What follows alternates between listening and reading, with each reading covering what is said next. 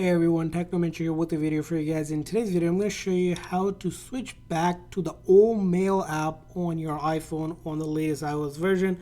So if you were to update to the latest iOS version, as you know, the Mail app has changed where there's categories up top now, and you might not want this and you want to go back to the previous version. Well, it's going to be really simple. In order to do that, all you're going to do is tap on these three dots up top here.